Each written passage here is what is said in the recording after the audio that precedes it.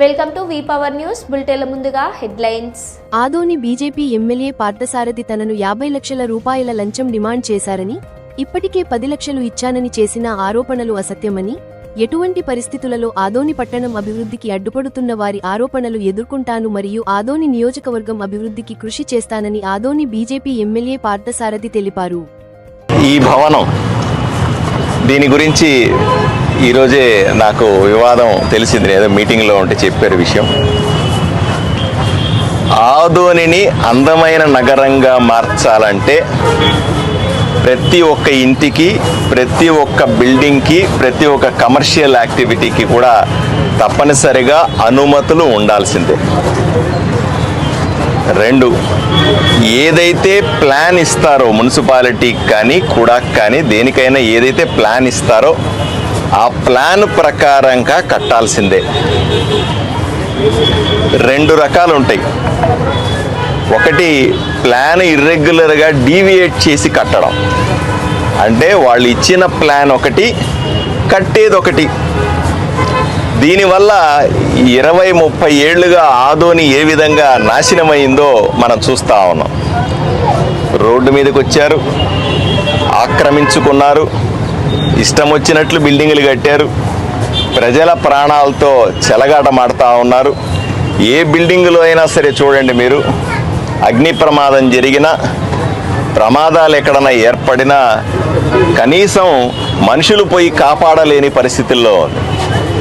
ఎక్కడైనా short circuit వచ్చి అగ్ని ప్రమాదం జరిగితే, లేకపోతే ఇంకేదైనా సమస్య వస్తే లోపల మనుషులు ఇరుక్కుంటే బయట కాపాడలేని దుస్థితి.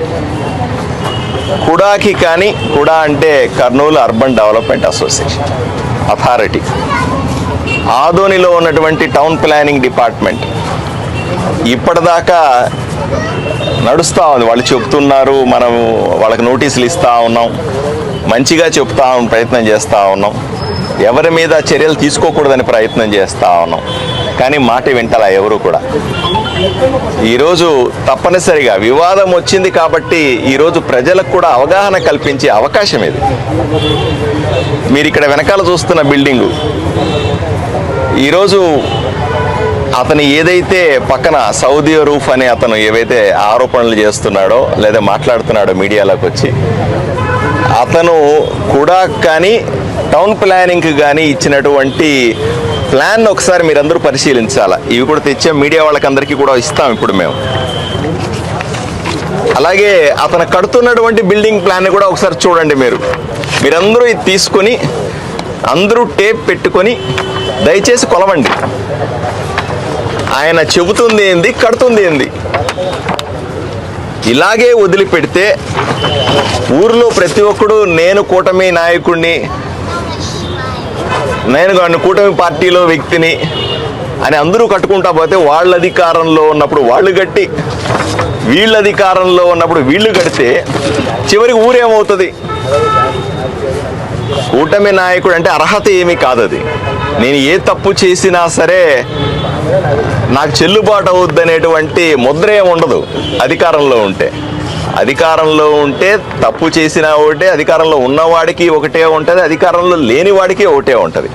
అధికారంలో ఉన్నప్పుడు మరింత జాగ్రత్తగా ఉండాలి, మరింత జాగ్రత్తగా మసలుకోవాలి సమాజంలో. అతని డీవియేషన్నే లేదు అంటే రాత్రిళ్ళు ఎందుకు కడతా ఉన్నాడు? నోటీస్ వచ్చిన తర్వాత టౌన్ ప్లానింగ్ వాళ్ళకి ఎక్స్ప్లెయిన్ చేయకుండా ఎందుకు దాక్కొని కడతా ఉన్నాడు? సమాధానం చెప్పాలి. సమాధానం చెప్తా ఉన్నా. దయచేసి ప్రజలందరూ కూడా మీ పక్కన, మీ ఇంటి వెనకాల, మీ వీధిలో, మీ ఊరిలో ఎక్కడెక్కడైతే ఇట్లాంటి దుర్మార్గపు కన్స్ట్రక్షన్ చేస్తూ ఉన్నారో వీటిలన్నిటినీ కూడా మాకు తెలియజేయండి. ఒక్కొక్కరిని కూడా భరతం పడతాం. ఎక్కడో చూడ మొదలు పెట్టాలి కదా. ఎక్కడ మొదలు పెట్టకపోతే ఎట్లా? ఇలాగ భయపడిపోతా ఉంటే ఎట్లా? 30-40 ఏళ్ళు అయింది. ఎవడన్నా భయపడినా? అందరూ భయపెట్టేది, అది చేసేది. నా మీద బురద చల్లాలని చూస్తే నాకేమి ఇబ్బంది లేదు. నేను రాజకీయంగా బలమైన వ్యక్తిని. నన్ను అతను చేసే ఆరోపణలు ఏమి ఎంట్రిక వాసు కూడా నా మనోధైర్యాన్ని తగ్గించలేవు. నేను ప్రజలకు మాత్రమే సమాధానం చెబుతాను. ఏమి ఇబ్బంది లేదు. ప్రజలు భవిష్యత్తులో కూడా చూస్తారు ఈ సౌదీ రూఫ్ అన్నటువంటి అతని క్యారెక్టర్ ఏమిటో, ఏ విధంగా ఊర్లో అక్రమ వ్యాపారాలు చేస్తూ ఉన్నాడో, ఈ సౌదీ అరేబియా నా మీద ఆరోపణలు చేస్తున్నవాడు ఏ విధంగా పెద్ద మసీదును కబ్జా చేసుకొని ముస్లిం సమాజానికి అన్యాయం చేస్తూ ఉన్నాడో, వక్త్ బోర్డుకు చెందాల్సిన ఆస్తుల్ని ఏ విధంగా కబ్జా పెట్టుకొని అనుభవిస్తూ ఉన్నాడు, ఇవన్నీ కూడా భవిష్యత్తులో బయటకు వస్తాయి. బట్ నేను వాటి గురించి జోలికి పోను. ఈరోజు సబ్జెక్ట్ అంతా దీని మీద కాబట్టి ఎవరో ఒకడు నా మీద ఒక కబ్జాదారుడు ఒక 10 మంది గూండాలను వేసుకొని నా మీద ఆరోపణ చేసినంత మాత్రాన అదరను బెదరను. ప్రజాబలంతో మరింత బలంగా తయారవుతాను, ప్రజాబలంతో మరింత గట్టిగా ముందుకెళ్తాం. ఊర్లో ఎక్కడా ఎటువంటి ఆక్రమణ జరిగినా ఒప్పుకోం, సమస్య లేదు. ఉదాహరణ మీకు చెప్తాను చూడండి. ఈ బిల్డింగ్కి ముందు వైపున 15 అడుగుల గ్యాప్ ఇవ్వాలి. కుడాలో అతను అప్లై చేసిన ప్రకారంగా, కుడాలో అతను అప్లై చేసినటువంటి ప్లాన్ ప్రకారంగా మీరు చూడండి కావాలంటే. ఎన్ని అడుగులు? 15 అడుగులు అండి. ముందు వైపున 15 అడుగులు అతను గ్యాప్ ఇవ్వాలా, ఖాళీ జాగా పెట్టాలా అని రాసిచ్చినాడు. వెనక వైపున 10 అడుగులు ఖాళీ జాగా పెట్టాలా, అది ప్లాన్లో ఉంది. ఈ పక్కన ఈ గోడను దాటి 6 అడుగులు, ఆ పక్క ఆ బిల్డింగ్కి 6 అడుగులు గ్యాప్ ఉండాలా. అప్పుడే ఏదైనా ప్రమాదం జరిగితే మనిషి లోపలికి వెళ్ళి లోపల ఉన్న మనుషుల్ని కాపాడడం సాధ్యమవుతుందని ఆ ప్లాన్ ప్రకారంగా చెప్తుంది. మీరు దయచేసి ఇప్పుడు టేపులు పెట్టి కొలవండి. మీరు విలేకరులు ఉన్నారు కదా, ఒక టేప్ ఇస్తాం, అందరికీ తలా ఒక టేప్ ఇస్తాం. ముందు రోడ్డు అంచుని ఇస్తాం మీకు. రోడ్డు అంచు నుంచి ఎన్ని అడుగులు వెనకాల రోడ్డు మీద కడతా ఉన్నాడు ఈ మనిషి. వెనకాల 10 అడుగులు వదిలిపెట్టినాడా, మీరు టేపులు పెట్టి కొలవండి. ఈ పక్కన 6 అడుగులు గ్యాప్ ఇచ్చినాడా లేదా టేప్ పెట్టి కొలవండి. ఆ పక్క 6 అడుగులు ఉందా, టేప్ పెట్టి కొలవండి. సరిపోతుంది కదా, అంతకుమించి ఏమైనా తేడా ఉందా? ఎవరు దొంగ ఎవరు దొర తెలుస్తుంది కదా. దీంట్లో 30 నుంచి 40% డీవియేషన్ ఉంటుందండి.